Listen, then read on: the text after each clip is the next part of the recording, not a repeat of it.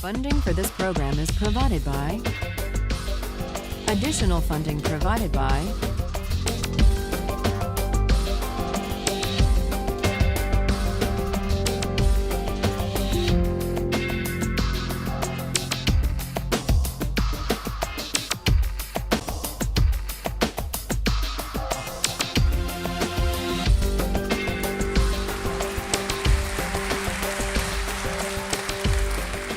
This is a course about justice, and we begin with a story. Suppose you're the driver of a trolley car, and your trolley car is hurtling down the track at 60 miles an hour, and at the end of the track you notice 5 workers working on the track. You try to stop, but you can't. Your brakes don't work. You feel desperate because you know that if you crash into these 5 workers, they will all die. Let's assume you know that for sure. And so you feel helpless until you notice that there is, off to the right, a side track. And at the end of that track, there's one worker working on the track. Your steering wheel works, so you can turn the trolley car, if you want to, onto the side track, killing the one, but sparing the 5. Here's our first question. What's the right thing to do? What would you do? Let's take a poll. How many would turn the trolley car onto the side track? Raise your hands.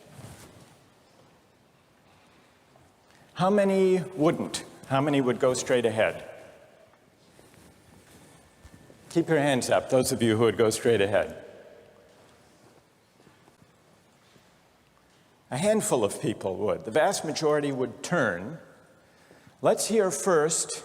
Now we need to begin to investigate the reasons why you think it's the right thing to do. Let's begin with those in the majority who would turn to go onto the side track. Why would you do it? What would be your reason? Who's willing to volunteer a reason? Go ahead, stand up. Because it can't be right to kill 5 people when you can only kill 1 person instead. It wouldn't be right to kill 5 if you could kill 1 person instead. That's a good reason. That's a good reason. Who else? Does everybody agree with that reason? Go ahead. Well, I was thinking it's the same reason on 9/11. We regard the people who flew the plane into the Pennsylvania field as heroes because they chose to kill the people in the plane and not kill more people in big buildings. So the principle there was the same on 9/11. It's a tragic circumstance, but better to kill 1 and so that 5 can live. Is that the reason most of you had, those of you who would turn? Yes? Let's hear now from those in the minority, those who wouldn't turn. Yes? Well, I think that's the same type of mentality that justifies genocide and totalitarianism. In order to save one type of race, you wipe out the other. So what would you do in this case? You would, to avoid the horrors of genocide, you would crash into the 5 and kill them? Presumably, yes. You? Yeah. Okay, who else? That's a brave answer. Thank you.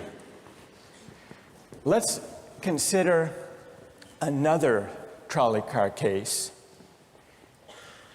and see whether those of you in the majority want to adhere to the principle, better that 1 should die so that 5 should live. This time you're not the driver of the trolley car, you're an onlooker. You're standing on a bridge overlooking a trolley car track. And down the track comes a trolley car. At the end of the track are 5 workers. The brakes don't work. The trolley car is about to careen into the 5 and kill them. And now, you're not the driver. You really feel helpless until you notice standing next to you, leaning over the bridge, is a very fat man. And you could give him a shove. He would fall over the bridge onto the track, right in the way of the trolley car. He would die, but he would spare the 5. Now, how many would push the fat man over the bridge? Raise your hand. How many wouldn't? Most people wouldn't. Here's the obvious question. What became of the principle? Better to save 5 lives even if it means sacrificing 1. What became of the principle that almost everyone endorsed in the first case? I need to hear from someone who was in the majority in both cases. How do you explain the difference between the two? Yes. The second one, I guess, involves an active choice of pushing the person down, which I guess that person himself would otherwise not have been involved in this situation at all. And so to choose on his behalf, I guess, to involve him in something that he otherwise would have escaped is, I guess, more than what you have in the first case, where the 3 parties, the driver and the 2 sets of workers are already, I guess, in the situation. But the guy working, the one on the track off to the side, he didn't choose to sacrifice his life any more than the fat man did he? That's true, but he was on the tracks. And you... This guy was on the bridge. Go ahead, you can come back if you want. All right, it's a hard question. All right, you did well. You did very well. It's a hard question. Who else can find a way of reconciling the reaction of the majority in these 2 cases? Yes. Well, I guess in the first case, where you have the 1 worker and the 5, it's choice between those 2, and you have to make a certain choice, and people are going to die because of the trolley car, not necessarily because of your direct actions. The trolley car is a runaway thing, and you're making a split-second choice, whereas pushing the fat man over is an actual act of murder on your part. You have control over that, whereas you may not have control over the trolley car. So I think it's a slightly different situation. All right, who has a reply? No, that's good. Who has a way, who wants to reply? Is that a way out of this? I don't think that's a very good reason, because you choose to, it's either way you have to choose who dies, because you either choose to turn and kill the person, which is an active conscious thought to turn, or you choose to push the fat man over, which is also an active conscious action. So either way you're making a choice. Do you want to reply? Well, I'm not really sure that that's the case. It just still seems kind of different, the act of actually pushing someone over onto the tracks and killing him. You are actually killing him yourself. You're pushing him with your own hands. You're pushing him. And that's Right. different than steering something that is going to cause death into another. You know, it doesn't good. really sound right saying it now. No, it's good. But I'm up here. It's good. What's your name? Andrew. Andrew. Let me ask you this question, Andrew. Yes. Suppose standing on the bridge next to the fat man, I didn't have to push him. Suppose he were standing over a trap door that I could open by turning a steering wheel like that.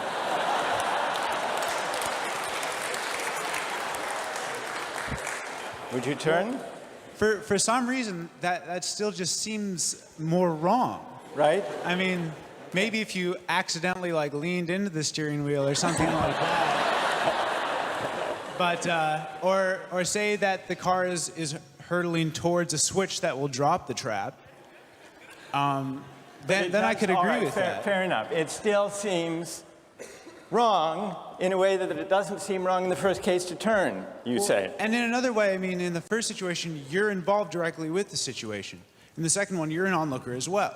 All right. So you have the choice of becoming involved or not by pushing the fat man. Let's forget for the moment about this case.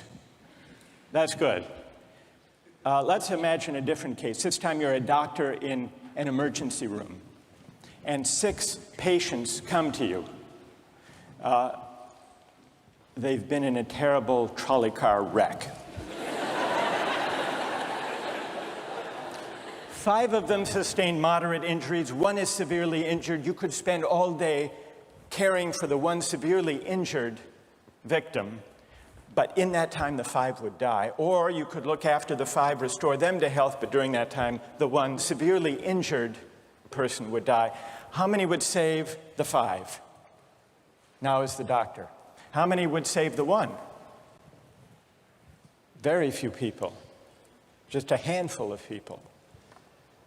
Same reason, I assume. 1 life versus 5? Now consider another doctor case. This time you're a transplant surgeon, and you have 5 patients, each in desperate need of an organ transplant in order to survive.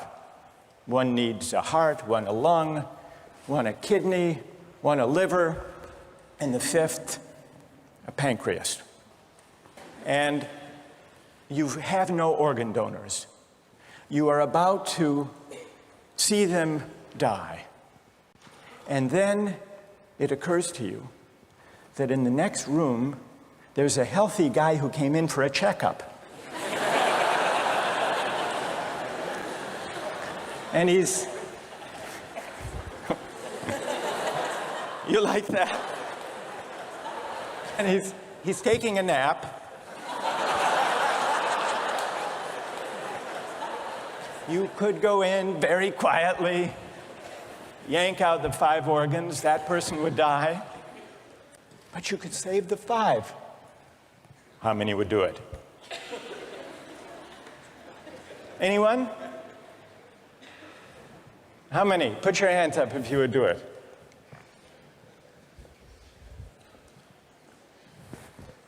Anyone in the balcony? You would? Be careful, don't lean over too much. What? How many wouldn't? All right, what do you say? Speak up in the balcony, you who would yank out the organs. Why?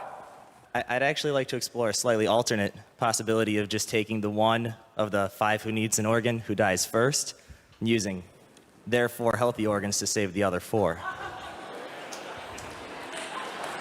That's a pretty good idea.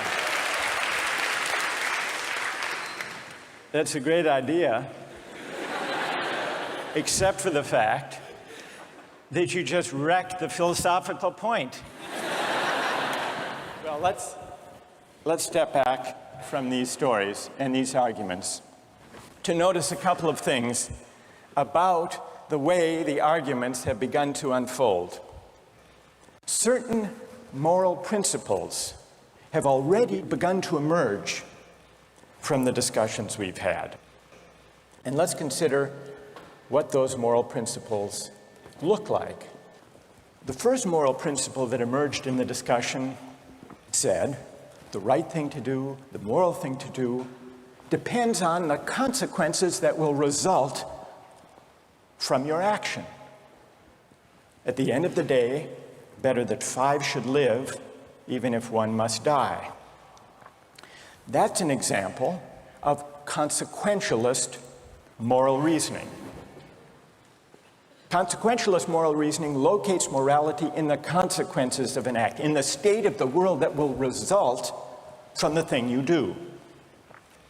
But then we went a little further, we considered those other cases, and people weren't so sure about consequentialist moral reasoning. When people hesitated to push the fat man over the bridge or to yank out the organs of the innocent patient, people gestured toward reasons having to do with the intrinsic quality of the act itself, consequences be what they may. People were reluctant. People thought it was just wrong, categorically wrong, to kill a person, an innocent person, even for the sake of saving 5 lives. At least people thought that in the second version of each story we considered. So this points to a second categorical way of thinking about moral reasoning. Categorical moral reasoning locates morality in certain absolute moral requirements, certain categorical duties and rights, regardless of the consequences. We're going to explore in the days and weeks to come the contrast between consequentialist and categorical moral principles. The most influential example of consequential moral reasoning is utilitarianism, a doctrine invented by Jeremy Bentham, the 18th century English political philosopher. The most important philosopher of categorical moral reasoning is the 18th century German philosopher Immanuel Kant. So we will look at those two different modes of moral reasoning, assess them, and also consider others. If you look at the syllabus, you'll notice that we read a number of great and famous books. Books by Aristotle, John Locke, Immanuel Kant, John Stuart Mill, and others. You'll notice, too, from the syllabus that we don't only read these books. We also take up contemporary political and legal controversies that raise philosophical questions. We will debate equality and inequality, affirmative action, free speech versus hate speech, same-sex marriage, military conscription, a range of practical questions. Why? Not just to enliven these abstract and distant books, but to make clear, to bring out what's at stake in our everyday lives, including our political lives, for philosophy. And so we will read these books, and we will debate these issues, and we'll see how each informs and illuminates the other. This may sound appealing enough, but here I have to issue a warning. And the warning is this: to read these books in this way, as an exercise in self-knowledge, to read them in this way carries certain risks. Risks that are both personal and political. Risks that every student of political philosophy has known. These risks spring from the fact that philosophy teaches us and unsettles us by confronting us with what we already know.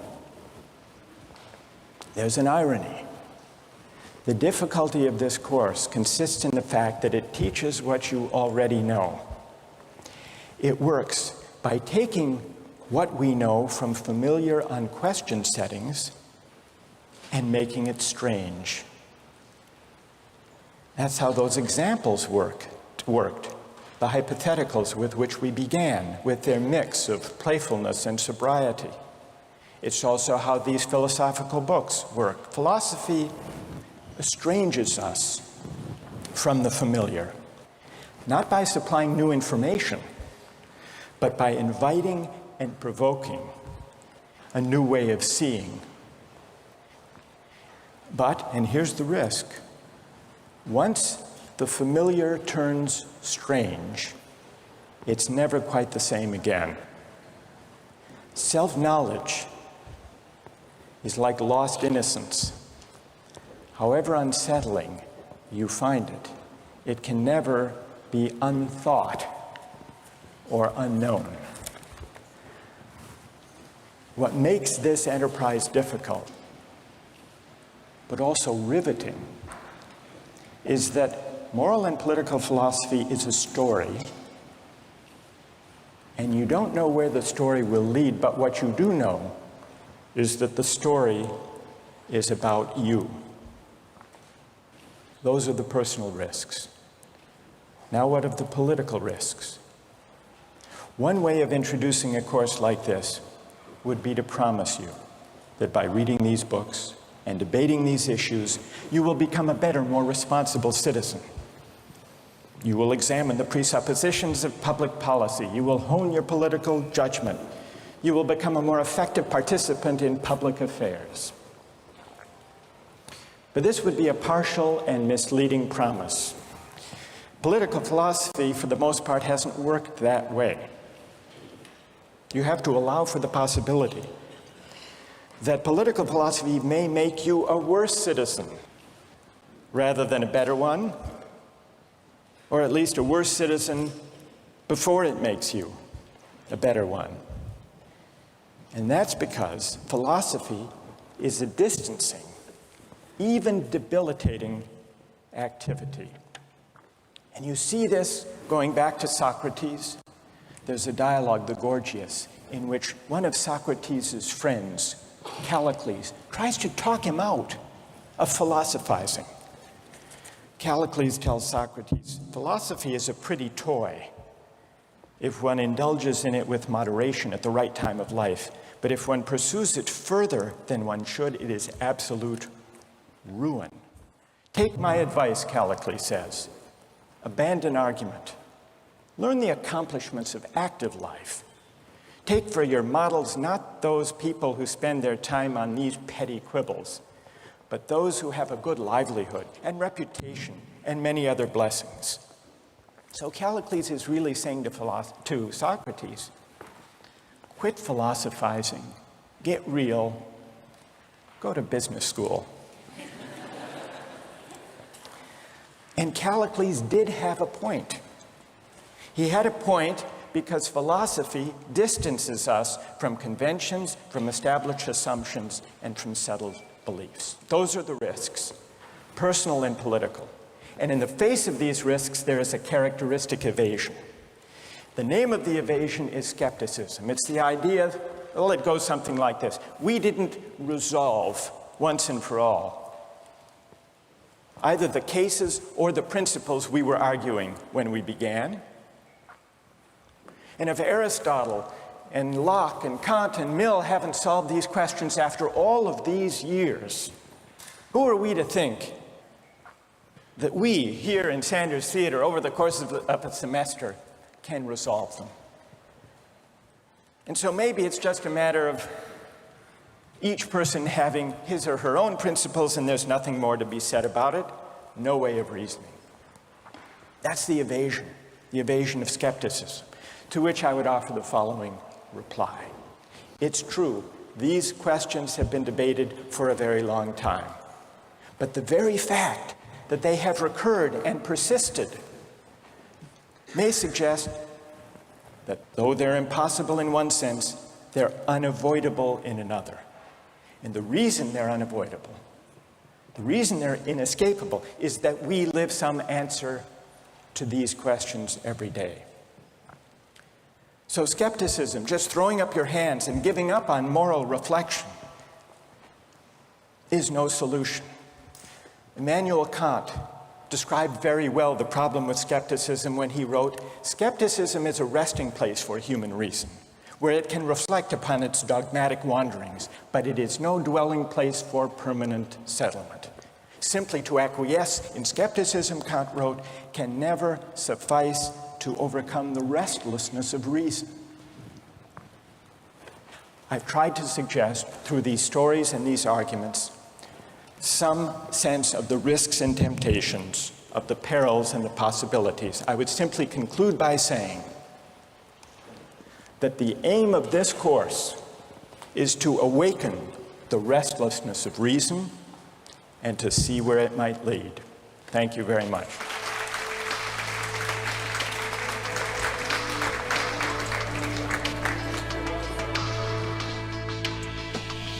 Like, in a situation that desperate, you have to do what you have to do to survive. You have to do what you have to do. You got to do what you got to do, pretty much. If you've been going 19 days without any food, someone just has to take the sacrifice. Someone has to make the sacrifice, and people can survive. All right, that's good. What's your name? Marcus. Marcus. What do you say to Marcus?